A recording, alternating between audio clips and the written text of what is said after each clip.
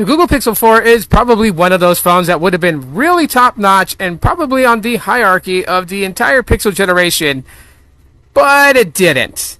And the reason for that is basically a caveat that plagues the Pixel 4, and there's not really much of a workaround.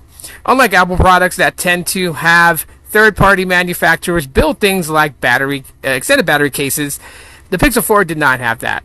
So really what you got is what you got, and that was one of the big caveats to the Pixel 4. A small battery, 2800 milliamps, with all the things that it had, just didn't make sense, and I never understood why Google did that. The Pixel 4 XL really wasn't that plagued by the battery issue because it had a 3700 milliamp hour battery, and for the time when it was released, that was considered to be kind of big. I mean, we had devices like in the mid-range that was like 4000 milliamps. But honestly, I feel like for the 4XL, they should have put a 5,000, considering motion sense really does kill the battery pretty quickly. And then you also got to think of the 90 hertz refresh rate. If you're one of those screen junkies, you got to have your 90 hertz refresh. You're going to turn it on, and it's going to kill your battery pretty quickly. Now, with the Pixel 4, a 2800 milliamp hour battery did not seem to be in any reason to be in this phone. For the time that it was released, they could have easily put a 3500 milliamp hour battery in this thing, but they didn't. They chose to, and at the price tag it didn't make sense to a lot of people. I agree with that.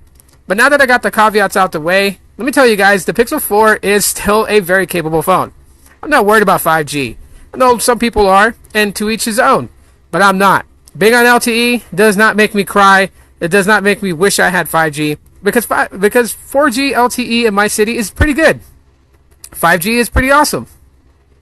But I can tell you guys, 4G LTE, it's not a hindrance, so I got to give it up there. The cameras on the Pixel 4 is sick. Sick in a good way. I'm not one that really happens to be concerned with ultra-wide, but I am somebody who likes to take some zoom shots. So having the telephoto lens, everyone mocked Google at Made by Google event about having a telephoto instead of going for ultra-wide, and now telephoto seems to be the thing that everybody wants. When those people do reviews of the Pixel 6, that's what they cry about. No telephoto lens like the 6 Pro. And so the Pixel 4, both the regular size and the 4XL, both have telephoto lenses. That way you can get those really nice zoom shots. But in all, to be serious with everybody, the Pixel 4 has grown on me for over the years.